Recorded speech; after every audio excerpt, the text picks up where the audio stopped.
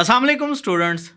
Today our topic for discussion is thermoregulation in mammals. तो आज हम लोगों ने मैमल्स के अंदर थर्मोरेगुलेशन को डिस्कस करना है कि मैमल्स किस तरह से अपने टेम्परेचर को मेंटेन करते हैं।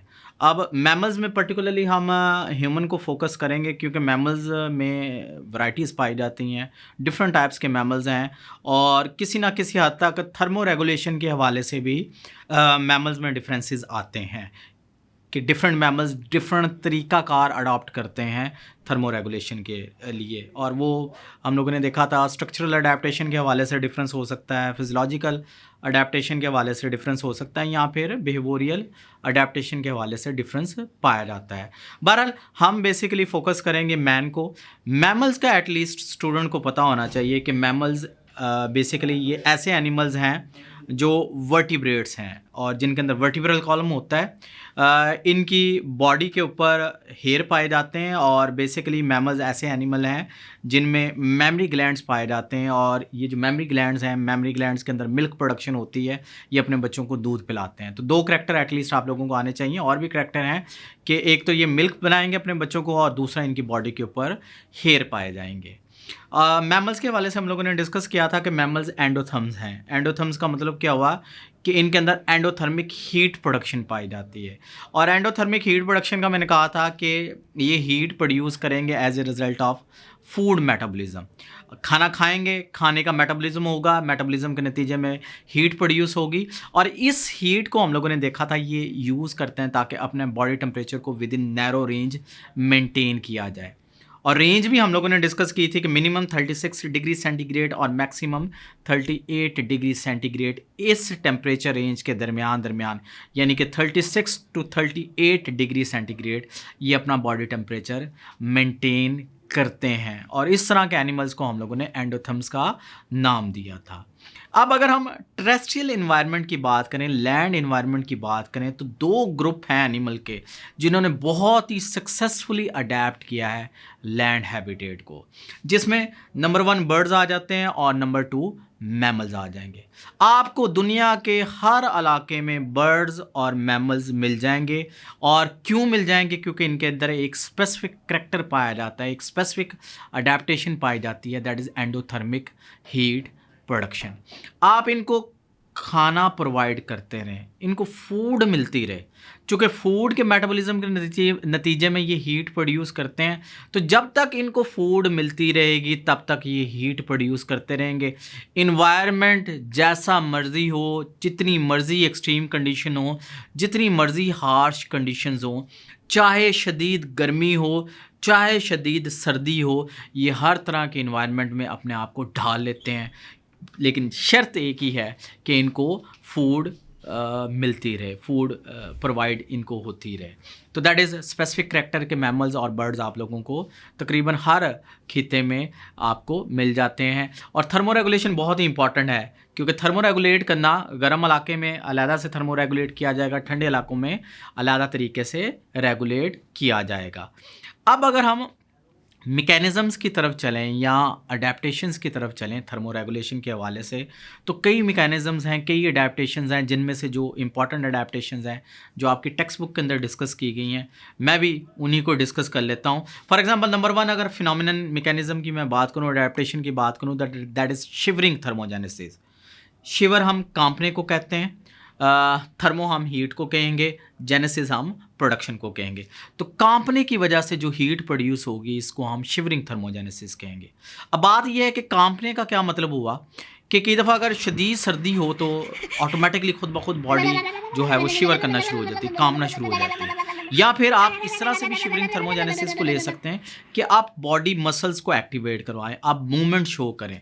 तो जब आप मूवमेंट शो करेंगे, बॉडी मसल्स को एक्टिवेट करवाएंगे, फॉर एग्जांपल जब आप एक्सरसाइज करेंगे तो एक्सरसाइज में आप लोगों ने देखा है कि एक्सरसाइज में आपके बॉडी मसल्स इन्वॉल्व होते हैं। और जब आपके बॉडी मसल्स काम करते हैं तो जारी बात है बॉडी मसल्स को काम करने के लिए एनर्जी की ज़रूरत है। एनर्जी की ज़रूरत पूरा करने के लिए क्या करेंगे? फूड का मेटाबॉलिज्म करवाएंगे। जब फूड की ब्रेकडाउन होगी, मेटाबॉलिज्म होगा, तो ऑटोमेटिकली आप लोगों को पता है कैटाबॉलिज्म के नतीजे में, ब्रेकडाउन के नतीजे में हीट एनर्जी रिलीज़ होती है। तो नतीजा क्या होगा? आपकी बॉडी के अंदर हीट प्रोड्यूस होना शुरू हो जाएगी। जब आप एक्सरसाइज करते हैं। और अगर हीट आपकी ज़रूरत से ज़्यादा है तो अल्टीमेटली फिर आपको स्वेटिंग स्टार्ट हो जाएगी, जिसको हम पर्सपायरेशन भी कहते हैं, पसीना आना शुरू हो जाएगा। इवन अगर शदीद सर्दियां भी हैं तब भी आप हैवी एक्सरसाइज करते हैं तो एक्सरसाइज के नतीजे में चूँकि हीट प्रोड्यूस होती है, और हीट अगर आपकी ज़रूरत से ज़्यादा है तो उस हीट को अल्टीमेटली बॉडी से बाहर निकाला जाता है। बहरहाल that is first phenomenon that is known as shivering thermogenesis. Second phenomenon की अगर मैं बात करूं तो that is non shivering thermogenesis, यानी कि आपने शिवर नहीं करना, आपने कांपना नहीं है, आपने मसल्स को एक्टिवेट नहीं करवाना, लेकिन फिर भी थर्मोजेनेसिस होगी, यानी कि हीट प्रोडक्शन होगी। कई दफ़ा ऐसा होता है कि अगर बंदा सुस्त है या काहिल है, इंक्लूडिंग मी, कि शदीद सर्दी है और रज़ाई के अंदर आप लेटे हुए हैं, आपका नहीं दिल कर रहा है रज़ाई से बाहर जाने को, तो उस केस में बॉडी हीट तो प्रोड्यूस करनी है, चूँकि हम लोगों ने अपना बॉडी टेम्परेचर मेंटेन करना है। उस केस में क्या होगा कि हार्मोन्स ट्रिगर करेंगे आपके फूड मेटाबॉलिज्म को, यानी कि फूड मेटाबॉलिज्म को हार्मोन स्टार्ट करवाएंगे, कैरी आउट करवाएंगे, और जब फूड मेटाबॉलिज्म होगा तो ऑटोमेटिकली हीट प्रोडक्शन होगी। और जो सबसे इंपॉर्टेंट बात है, जो ग्लैंड इन्वॉल्व है नॉन शिवरिंग थर्मोजेनेसिस में, यहाँ पे आपके ग्लैंड पाया जाता है दैट इज़ नॉन एज, ये जहाँ पे ट्रेकिया है इसके आप देख लेरिंग्स के बिल्कुल नीचे मौजूद होता है, दैट इज़ थायराइड ग्लैंड। अगर मैं इस ग्लैंड को बाहर निकाल लूँ तो दैट इज़ थायराइड ग्लैंड, ये एक हार्मोन प्रोड्यूस करता है that is known as thyroxine. अब ये जो थायरॉक्सिन है ये ब्लड के थ्रू सेल्स के पास जाता है और सेल्स के अंदर जाके ये फूड मेटाबॉलिज्म करवाता है, और जब फूड मेटाबॉलिज्म होगा तो ऑटोमेटिकली हीट प्रोड्यूस होगी। इस फिनोमिनन को हम नॉन शिवरिंग थर्मोजेनेसिस का नाम देते हैं। थर्ड, अगर मैं अडेप्टेशन की तरफ आऊँ या मैकेनिज्म की तरफ आऊँ तो that is known as vasoconstriction. Vaso for vessels and constriction for constrict करना, सुकड़ जाना, यानी कि जो ब्लड वेसल्स हैं, ब्लड वेसल्स का सुकड़ जाना, इस फिनोमिनन को हम वेजो कॉन्स्ट्रिक्शन का नाम देते हैं। और स्पेशली जो ब्लड वेसल्स इन्वॉल्व होती हैं वेजो कॉन्स्ट्रिक्शन में, these are your superficial blood vessel, ये जो सतह के ऊपर ब्लड वेसल्स पाई जाती हैं।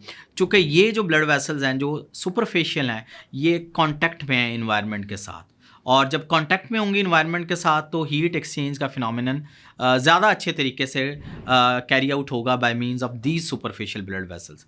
अगर मैं इन सुपरफिशियल ब्लड वेसल्स को बाहर निकाल लूँ तो अब जब वेजो कॉन्स्ट्रिक्शन होगी क्या क्या जाएगा। फॉर एग्जांपल ये अगर नॉर्मल डायमीटर है ब्लड वेसल का, तो जब वेजो कॉन्स्ट्रिक्शन होगी तो ब्लड वेसल्स का डायमीटर कम हो जाएगा। चूँकि जब वेसल्स कॉन्स्ट्रिक्ट करेंगे तो कॉन्स्ट्रिक्शन के नतीजे में ब्लड वेसल्स का डायमीटर कम हो जाएगा, डिक्रीज़ करेगा। जब डायमीटर कम हो जाएगा तो जो ब्लड फ्लो था उसकी अमाउंट ऑटोमेटिकली कम हो जाएगी। पहले ब्लड फ्लो ज़्यादा था जब डायमीटर ज़्यादा था, जब वेसल्स कॉन्स्ट्रिक्ट कर गई तो वेसल्स के कॉन्स्ट्रिक्शन के नतीजे में जो सुपरफिशियल ब्लड वेसल्स हैं उनमें जो खून का बहाव है वो कम हो जाता है। कम इसलिए करवाया जाता है, और बेसिकली ये जो वेजो कॉन्स्ट्रिक्शन है ये विंटर सीजन में करवाई जाती है। कम इसलिए करवाया जाता है क्योंकि जितना कम ब्लड फ्लो करेगा उतना हीट एक्सचेंज के चांसेस भी कम हो जाएंगे। तो that phenomenon is known as vasoconstriction. इसके ऑपोजिट अगर मैं मैकेनिज़्म की बात करूं, फोर्थ मैकेनिज़्म की मैं बात करूं तो दैट इज़ वेजो डायलेशन, यानी कि वेसल्स का डायलेट कर जाना, वेसल्स का फैल जाना। और ये जो वेजो डायलेशन है बेसिकली ये समर सीजन में, गर्मियों के मौसम में करवाई जाती है। ये जो आपकी सुपरफिशियल ब्लड वेसल्स हैं, नॉर्मल डायमीटर से अगर डायमीटर बढ़ जाए, इंक्रीज़ कर जाए, तो that phenomenon is known as vasodilation. और फर्स्ट ईयर में भी हम लोगों ने आर्टरीज वाले टॉपिक में आप लोगों ने पढ़ा है कि वेजो कॉन्स्ट्रिक्शन और वेजो डायलेशन बेसिकली ये न्यूरॉन्स कंट्रोल करवाती हैं वेजो कॉन्स्ट्रिक्शन को और वेजो डायलेशन को, प्लस केमिकल्स इन्वॉल्व होते हैं जो वेजो कॉन्स्ट्रिक्शन और वेजो डायलेशन करवाने में इंपॉर्टेंट रोल प्ले करते हैं। अब वेजो डायलेशन में क्या होगा कि ब्लड वेसल्स का डायमीटर इंक्रीज़ कर गया। जब ब्लड वेसल का डायमीटर इंक्रीज़ कर जाएगा तो ब्लड फ्लो की अमाउंट इंक्रीज़ कर जाएगी।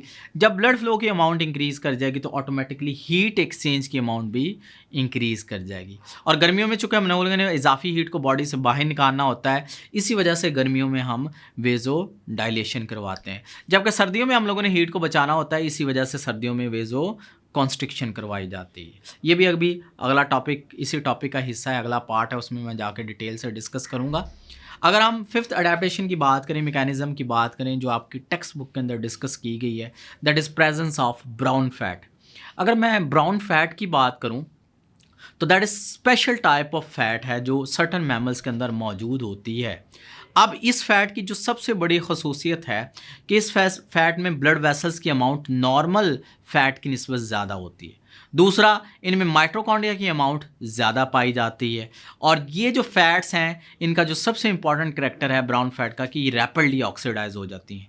यानी कि जो नॉर्मल फैट्स हैं वो इतनी जल्दी ऑक्सीडाइज नहीं होती, उनकी इतनी जल्दी ब्रेक डाउन नहीं होती, लेकिन इन फैट्स की रैपिड ऑक्सीडेशन होती है। और जब इन फैट्स की रैपिड ऑक्सीडेशन होगी तो रैपिड ऑक्सीडेशन के नतीजे में रैपिड हीट जनरेशन होगी। तो दैट इज़ ये 5 अडेप्टेशंस आपकी बुक के अंदर लिखी हुई हैं जो मैमल्स के अंदर पाई जाती हैं थर्मोरेगुलेशन करवाने के हवाले से।